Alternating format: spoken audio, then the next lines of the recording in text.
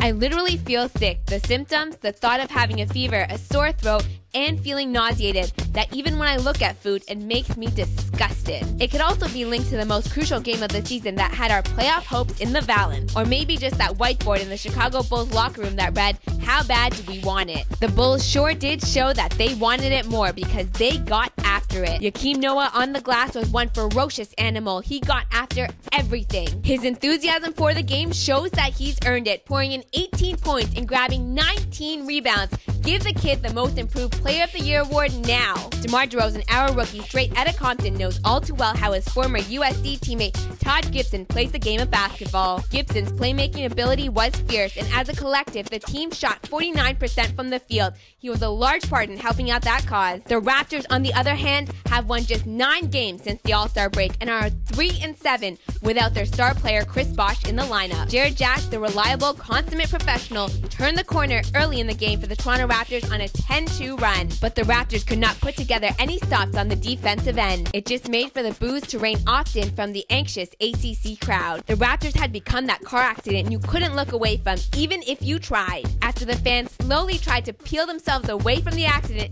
they headed straight to the exits at the end of the third quarter. I couldn't blame them when you had Hito heaving up threes and trying to get fouls from beyond the arc. What happened to driving the lane? Was it just because of the intimidation factor, as the Chicago Bulls are #1 in rebounding and the Raptors are 25th in that category? It sure did make the Raptors think twice as they settled for jump shots. Actions speak louder than words, and hanging and tossing a towel over your head told the all too common story. Yet there is still just a little bit of hope left for the Toronto Raptors. If you can believe it, the Raptors just need to win their next 2 games to get into the playoffs and hope that the Bulls lose their next 2. There is always hope, even when it does seem to be buried in the rubble. Well, it's time for me to rest up, drink a lot of fluids, and get some sleep before I watch the ever-important game against the Detroit Pistons tonight. I'm Pyle. I'll see you next time inside the Purple Room.